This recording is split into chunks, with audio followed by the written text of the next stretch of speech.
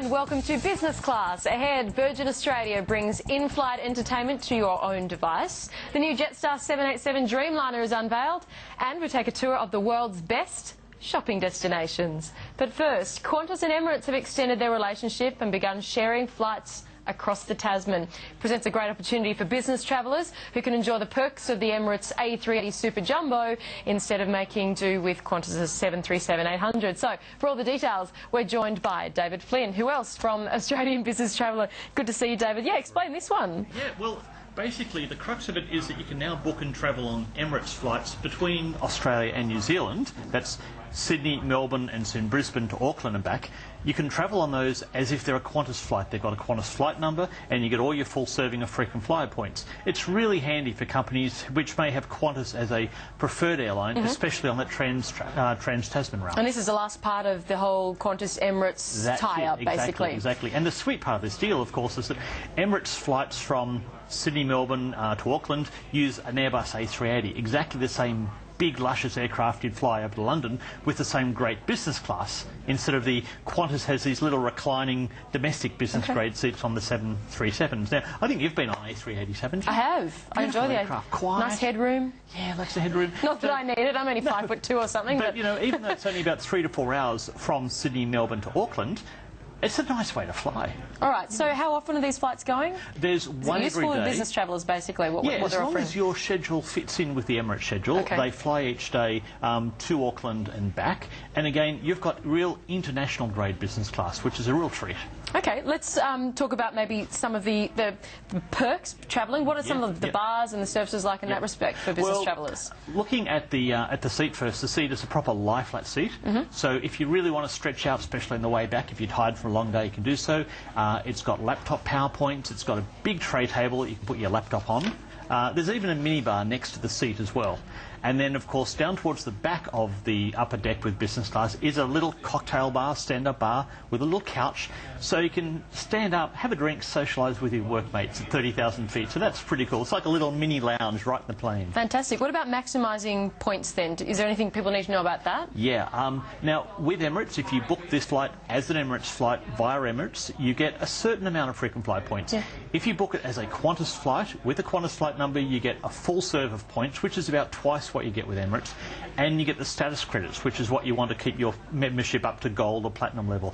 The downside of that is if you book with Emirates, you get a chauffeur to and from the airport. So which way you want to go, but if you really want your points and status credits, you book it with Qantas. Costs the same, but you get more for your money. How do you find this stuff out, David? I make it all up as I go along. No, you don't. You're very good. That's very clever, especially the status points as well. Let's talk Hong Kong as well, because there's some kind of promotion running at the moment. It's buy business, get first class in one direction. So explain this one. That's a pretty good deal. You buy a return business class airfare between Sydney and Hong Kong. You have to buy it up to, I believe, end of September, October, but you can fly up to January.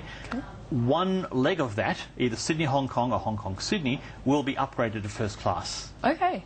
What about, you mentioned the A380s before, so can you kind of get the trip on the A380? Yes, you can. What you want to do is the A380 only flies between Sydney and Hong Kong on Thursdays to Sundays at the moment. That includes Mondays as of November. That's the flight you want to be on, because that's the one with the great first class. There are a few catches to this deal. The business class ticket you buy belongs to the more expensive grade of business class tickets, and there's no guarantee you can get the first class upgrade. Now, when you ring to book, Qantas will confirm it. But if the first class cabin is sold out on, say, a Friday night, you'll need to be a bit flexible with your travel schedule, because you want to take advantage of getting that first class upgrade. Okay, great. Let's go on to Virgin, because Virgin's now introduced free wireless in-flight entertainment. So this is streaming directly to your own personal devices? That's right. You bring your own device. It can be an iPad, an iPhone, a laptop, and you'll be able to watch all that in-flight video or listen to the music on your own device. All of it, or just part of it? Full suite? All of it. There's like 300 hours in that, and also it includes, instead of just having a few episodes of a TV show, there's a whole season.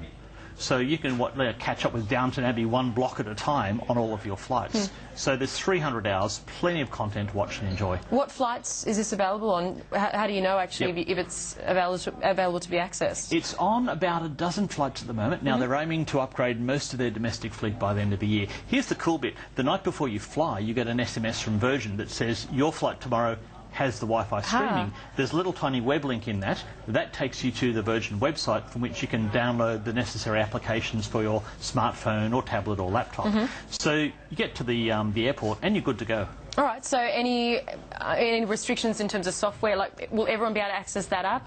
Most people. Most people? iPhones, iPads, Android tablets. There's an application on the Android iTunes as well, okay. or Google Play Store. Just go on the iTunes App Store or Google Play, search for Virgin Australia and you'll find the app.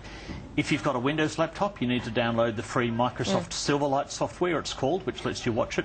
You can't currently get that on Apple Mac laptops, but Virgin Australia told me this morning that should be out by about the end of the month. Okay, the only thing I'm thinking is if you're streaming all of that onto your iPad and you've left the PowerPoint in the airport lounge long ago, what about powering batteries? Are the adapters to power only in devices business class? Okay, in only business in business class there's a laptop socket. Everywhere else in the plane there's not. So yeah, especially if you're going, say, Sydney or Melbourne to Perth, it's a long flight, charge up in your laptop in the lounge before you go. All right, we've got to move to the other side of the world. We're looking at Heathrow in London. There's this new method of boarding passengers onto flights.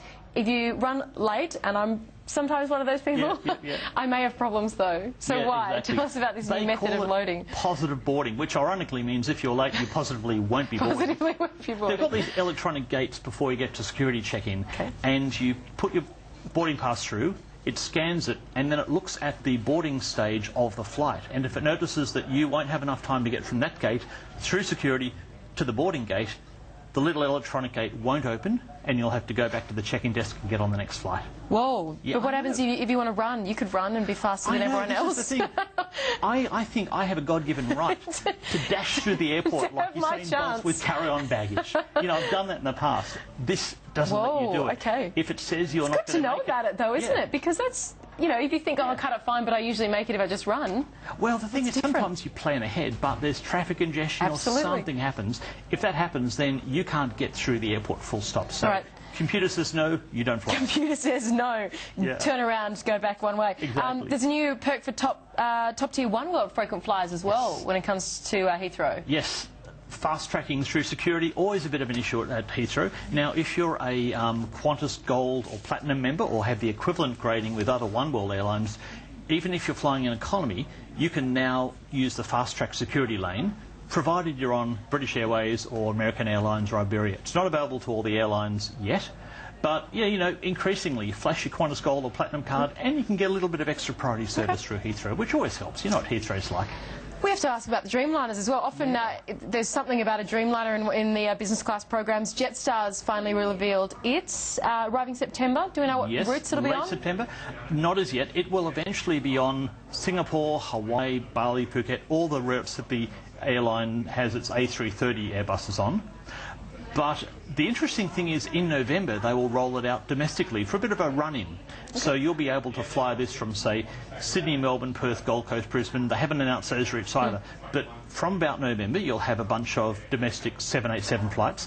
Then in December, it rolls out international. Be excited. What's on offer? Well, for the actual plane itself, if you're flying a long distance, you'll feel a lot better on the flight. You feel less jet laggy when you get off because there's a lower cabin pressure. There's more humidity, so your skin doesn't dry out.